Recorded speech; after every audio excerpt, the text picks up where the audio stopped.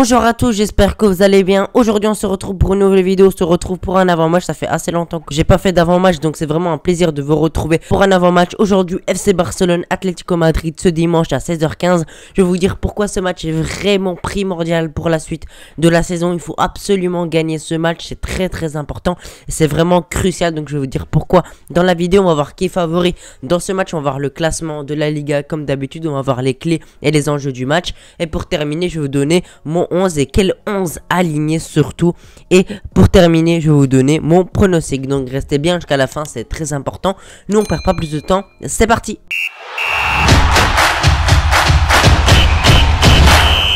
Enfin on retrouve le Barça tout simplement après quelques jours de trêve. Ça faisait vraiment longtemps que j'ai pas vu le jouer Barça et qu'on n'ait pas vu le Barça jouer, donc ça nous a manqué. On espère que le Barça va nous rendre heureux tout simplement en battant l'Atlético Madrid au Camp Nou. Et ça c'est un point très important à retenir, c'est qu'on joue au Camp Nou, on joue à domicile, donc on aurait normalement plus de facilité. Il devrait avoir beaucoup de supporters aussi, donc on espère, on compte sur les supporters pour mettre de l'ambiance, pour encourager les joueurs. En plus avec les nouvelles recrues, on pourra faire un 11 très intéressant, surtout avec les Adama Traoré, Ferran Torres, Aubameyang, avec aussi tout simplement Dani Alves. Franchement avec toutes ces recrues là on peut vraiment faire énormément de choses, donc on va voir comment on peut les utiliser tout simplement de ce 11. Mais avant ça on va voir un peu plus de près le classement. Alors les amis, pour ce classement on est 5ème de Liga avec un point d'avance sur la Real Sociedad et un point de retard sur l'Atlético Madrid.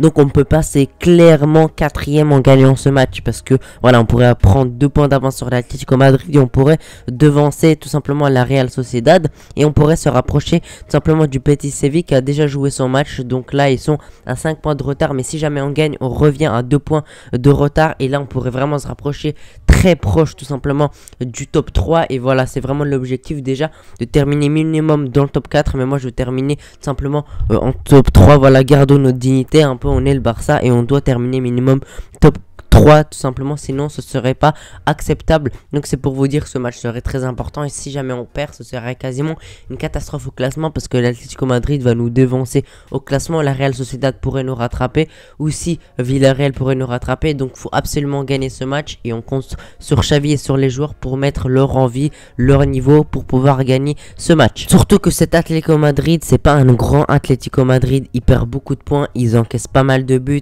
Oblak est pas à son meilleur niveau, donc c'est vraiment le moment de les battre et de les prendre tout simplement, parce que ça fait vraiment assez longtemps qu'on les a battus. On va voir ça un peu plus tard dans la vidéo, les derniers matchs, les dernières confrontations entre le Barça et l'Atlético Madrid, mais franchement c'est pas fameux ces dernières années, et je pense que là c'est le moment pour battre cet Atlético Madrid, c'est le moment ou jamais. On passe maintenant à la forme des deux équipes. Alors les amis, on va commencer par la forme du Barça. Donc il y a eu un 1-1 contre Grenade, il y a eu un 3-2, une défaite 3-2 contre le Real Madrid en Super Coupe d'Espagne. On a une défaite 3-2 encore contre l'Athletic Bilbao en Coupe du Roi en 8ème de finale, donc on élimine de Coupe du Roi. On a gagné 1-0 contre le Deportivo Alavés et cette victoire était vraiment super importante, parce que voilà, on était vraiment en baisse de confiance, on pouvait rentrer en crise parce qu'on enchaînait deux défaites, pardon, pas deux victoires, j'aurais bien aimé que ce soit deux victoires mais ce n'est pas le cas, 2 défaites dessus, donc ça fait vraiment très mal. Et donc on a réussi à se rattraper avec une victoire pas incroyable, mais on a quand même pris les 3 points, c'est le plus important, contre le Deportivo Alavés. Et maintenant il faut absolument gagner contre l'Atlético Madrid ce dimanche. Maintenant on passe à celle de l'Atlético Madrid. Donc il y a eu un 5-0 contre une petite équipe tout simplement d'Espagne, de 3ème division, de 2ème division, je ne sais plus, et un petit 2-2 contre Villarreal, donc ils n'ont pas réussi à gagner. Une défaite 2-1 en demi-finale de Super Coupe d'Espagne, c'est quand même la honte de perdre contre tout simplement l'Athletic Bilbao, alors que ils voulaient gagner ce trophée. Perdre 2-1 contre l'Athletic Bilbao, c'est pas, ils sont pas en meilleure forme. Vous me direz, mais toi le Barça a perdu 3-2, oui, mais eux ils devaient gagner, nous aussi on devait gagner, malheureusement tout simplement on l'a pas fait, et eux non plus ne l'ont pas fait, ils ont perdu 2-0 en 8ème de finale de Coupe du Roi. Donc voilà, ils se sont fait exploser quasiment, parce que franchement ils les ont bouffés dans le jeu, la Real Sociedad. Puis une victoire 3-2 vraiment très compliquée de la part tout simplement de l'Atlético Madrid. Ils ont failli perdre et maintenant ils vont nous affronter. En 41 matchs joués, il y a eu 22 victoires de la part du Barça, 12 nuls et 7 défaites. Donc globalement on voit que le Barça s'impose assez souvent. En tout cas il s'impose beaucoup plus que l'Atlético Madrid, mais on a vu qu'on peut aussi perdre et on peut faire aussi pas mal de matchs nuls, parce qu'il y a pas mal de matchs nuls. On risque, c'est possible de faire un match nul, parce que entre ces deux équipes c'est souvent très serré, il n'y a pas beaucoup de buts. Donc voilà, ça se joue vraiment à des détails. Si les deux équipes n'ont pas de réussite, il y a moyen d'avoir un vieux 0-0. Si jamais une des deux équipes tout simplement a de la réussite, ils peuvent tout simplement s'imposer et gagner ce match qui est vraiment primordial. Maintenant, c'est là où ça se complique. Dans ces 5 derniers matchs, il y a vraiment beaucoup de défaites. Il y en a 3. Donc une défaite 2-0, un 0-0, une défaite 1-0, un 2-2 et un 3-2. Donc voilà, franchement, on encaisse beaucoup de buts. Je vous ai dit qu'il n'y a pas beaucoup de buts dans ces matchs, mais on voit que il peut en avoir lors du 2-2, lors du 3-2. Mais souvent, c'est souvent du 1-0, du 2-0, vous voyez. Mais voilà, je vous dis que je pense pas qu'il y aura énormément de buts. Je pense qu'il y en aura 2 ou 3. Je vois pas vraiment un 2-2 ou un 3-2, même si c'est possible. Mais je vois pas vraiment une équipe marquer beaucoup de buts. Et je vois pas vraiment énormément de buts. Je vois un Atlético Madrid qui essaie de défendre, qui essaie de préserver le score. Et le Barça qui crée du jeu et qui essaye de marquer tout simplement. Mais en tout cas, quand on voit lors de ces 5 derniers matchs, c'est vraiment très compliqué. On perd très souvent et on n'a pas gagné une fois lors de ces 5 derniers matchs. Donc c'est vraiment super inquiétant. Après, je vous ai dit que cette équipe est prenable parce que franchement, défensivement, actuellement, parce que l'Atlético Madrid sont connus tout simplement pour bien défendre, pour pas encaisser beaucoup de buts. Mais je trouve qu'en ce moment, ils encaissent vraiment pas mal de buts. Ils sont pas très solides défensivement. Offensivement, ils savent marquer des buts. C'est une équipe dangereuse offensivement parce qu'ils ont vraiment beaucoup de joueurs qui savent marquer des buts. Ils ont des très bons joueurs. Ils ont Griezmann, Suarez, João Félix. Franchement, ils ont une très belle attaque. Et donc, c'est pour dire que eux, ils peuvent marquer pas mal de buts, mais aussi ils peuvent en encaisser pas mal. C'est bizarre de dire ça quand c'est l'Atlético Madrid qui est réputé pour pas encaisser beaucoup de buts, mais actuellement c'est le cas. Ils encaissent pas mal de buts et c'est la même chose pour le Barça qui encaisse aussi beaucoup de buts, qui marque pas beaucoup de buts, je trouve, parce que voilà, souvent les matchs ça se termine par des 1-0, 2-0. Cette saison, je ne sais même pas si on a réussi à mettre 3-4-0. Il me semble que non, ou qu'une fois, parce que franchement c'est vraiment inquiétant. Parce que rappelez-vous, la saison dernière on marquait vraiment énormément de buts. On pouvait faire des 5-0, des 6-0. Maintenant ça n'arrive plus. Et heureusement qu'on a des nouvelles recrues comme Adama Traoré, Aubameyang, Ferran Torres, pour pouvoir tout simplement s'améliorer offensivement et espérer marquer des buts tout simplement. Côté blessure pour le Barça, Ansu Fati indisponible, Eric Garcia à voir s'il sera dans le groupe. Il pourrait être dans le groupe ou non, mais en tout cas il sera pas titulaire, ça c'est certain. Si jamais il est de retour, ou peut-être il est encore blessé, je pense qu'il serait vraiment très juste pour ce match. Donc il sera pas titulaire, ou au mieux tout simplement sur le banc. Et Ansu Fati qui est blessé pour longue durée malheureusement, donc il pourra pas jouer. Et Depay sera bien disponible. Faut vraiment gagner ce match, il n'y a pas d'excuse, c'est obligatoire, parce que voilà, les joueurs ont eu beaucoup de temps pour se reposer, il me semble 2 semaines. Donc les joueurs qui sont pas partis en sélection, ils ont pu s'entraîner, ils ont pu rester avec Xavi. Voilà, les joueurs comme par exemple, j'allais dire Messi, malheureusement il n'est plus au Barça, mais des joueurs qui sont partis avec leur sélection nationale, bah tout simplement ils ont pu revenir, ils ont pu se reposer, ils ont pu se rentraîner.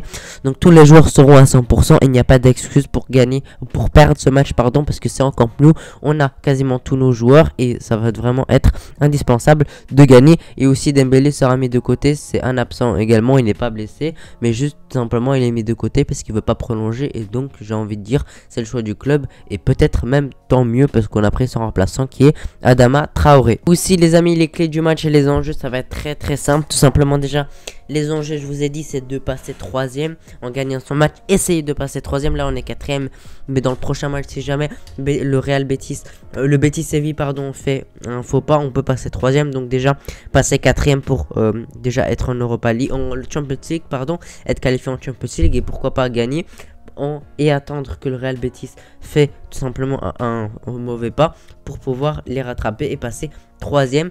Et par contre les clés du match, déjà il va falloir être tout simplement efficace devant les buts. Je compte sur les offensifs pour marquer leurs occasions. Si jamais ils ont une grosse occasion, ils sont obligés de la mettre. Comme ça, si jamais on ouvre le score, ce serait déjà une très bonne chose. Faire une bonne entame de match aussi, parce qu'on a vu que quand on fait des mauvaises entames de match, c'est vraiment très compliqué après d'essayer de rattraper, etc.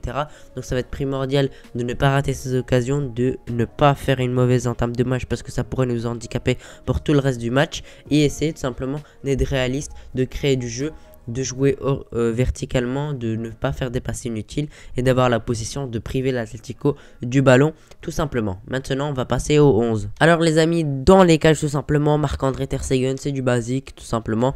Ter Stegen dans les cages, on compte sur lui tout simplement pour qu'il fasse une bonne performance. En ce moment, il n'est pas super bien. On espère qu'il nous sortira un grand match parce qu'on en a vraiment besoin d'avoir un grand gardien. Pour tout simplement la charnière centrale, Araujo, Piqué, j'aurais bien voulu mettre tout simplement Eric Garcia, mais malheureusement il n'est pas là, il est blessé. Donc en plus il sera trop juste, je sais même pas s'il va être convoqué.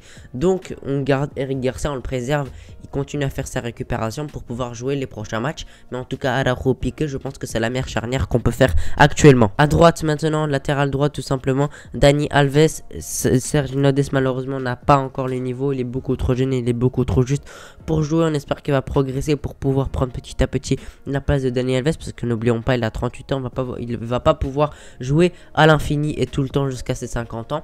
Donc en tout cas Dani Alves, pour ce match je compte sur lui pour faire une bonne performance. Globalement, il fait souvent des bonnes performances. Je compte pas, il n'a pas vraiment fait un match horrible.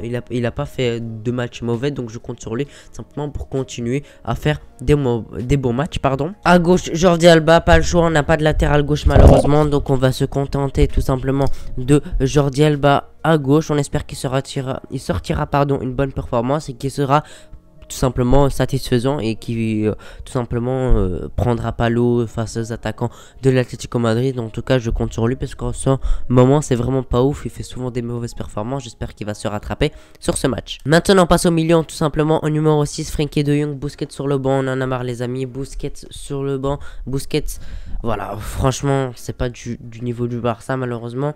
Il est mauvais tout simplement dans les transitions, il perd beaucoup de ballons. Voilà, franchement, c'est pas le Busquets qu'on avait il y a quelques années malheureusement.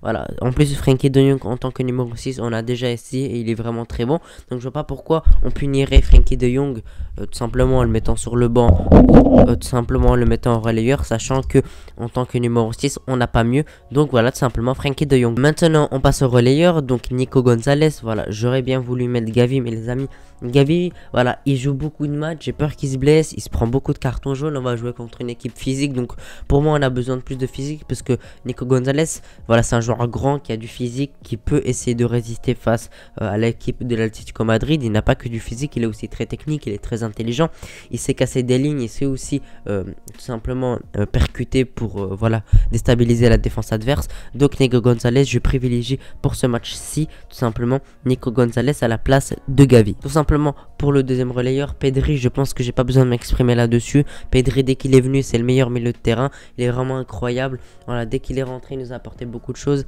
Dès qu'il est titulaire, il nous apporte beaucoup de choses. Donc, je vois pas pourquoi on le mettrait sur le banc alors que c'est notre meilleur milieu. Maintenant, on passe tout simplement à l'attaque. À gauche, Ferran Torres, c'est du basique. Il nous a montré pas mal de choses, pas mal de belles choses dans les combinaisons. Il s'est marqué, il nous l'a montré. Il nous a mis un très beau but en Coupe du Roi contre l'Athletic Bilbao. En 3 matchs, il a mis un but et une passe décisive, sachant qu'il n'a pas joué depuis octobre. C'est vraiment très fort de sa part. Donc, on compte sur lui pour monter en puissance petit à petit. Je pense que ça peut vraiment être une réussite faire un autre Torres au Barça. En tout cas, en ce moment, c'est vraiment pas mal. Les amis, tout simplement à droite, on attaque à droite tout simplement, Adama Traoré. On va voir ce que ça va donner parce qu'il peut vraiment nous apporter beaucoup de choses sur ce côté droit, parce que le côté droit, voilà, il est vraiment pas incroyable, surtout que quand il n'y a pas d'ailier, et là on a vraiment besoin d'ailier. Donc tout simplement Adama Traoré à droite, il est vraiment très intéressant par ses dribbles, par sa grande vitesse. Il peut aussi marquer de temps en temps, même si c'est pas son point fort. On compte sur lui, pourquoi pas, de marquer. En tout cas, je compte sur lui pour faire une bonne performance et de réussir son premier match au Barça. Voilà les amis, maintenant avant de terminer cette composition, on va parler tout simplement du joueur en pointe, Aubameyang, Pierre-Emerick Aubameyang. On va voir ce que ça va donner. Franchement, moi je suis assez satisfait de tout simplement ces deux recrues. Voilà, Aubameyang qui s'est marqué. On avait besoin d'un buteur, on en a un, même si c'est pas le meilleur buteur du monde. Voilà, on nous a montré qu'il peut vraiment nous montrer beaucoup de choses. Voilà, il est très rapide, il sait dribbler, il est très intelligent, il sait combiner. Donc c'est vraiment un joueur complet et on compte sur lui, pourquoi pas, de marquer un but. En tout cas, ce serait vraiment une très bonne chose et on serait vraiment très content. Voilà les amis, on arrive à la conclusion. Donc pour ce match, pour ce 11, déjà ce 11 les amis, je pense qu'il est compétitif, je pense qu'on peut vraiment battre cette équipe. Aussi on espère voilà qu'on va s'imposer, j'espère qu'on va tout simplement, ce serait vraiment en tournant de cette saison si jamais on réussit à s'imposer contre l'Atlético Madrid, on gagnera enfin un grand match, parce que dans ces dernières années, durant les grands matchs c'est vraiment très compliqué. Donc j'espère qu'on verra un beau visage du Barça et qu'on pourra s'imposer. N'hésitez pas à me donner vos avis dans les commentaires si tout simplement vous êtes confiant pour ce match, si vous pensez qu'on va gagner. Mais en tout cas, si vous voulez mon pronostic, je je vois une victoire. Je suis vraiment optimiste pour ce match. Je vois une victoire 1-0 du Barça. Je vois vraiment une victoire très très compliquée, mais je vois qu'on réussit à s'imposer. En tout cas, on espère. Je serais vraiment très heureux et on serait vraiment très heureux qu'on gagne ce match et qu'on prenne ces 3 points. Bref, on arrive à la fin de cette vidéo. J'espère que vous l'avez apprécié. Moi, je vous souhaite une très bonne journée. On se retrouve pour la prochaine vidéo. Je vous souhaite une très bonne journée ou soirée. Ciao.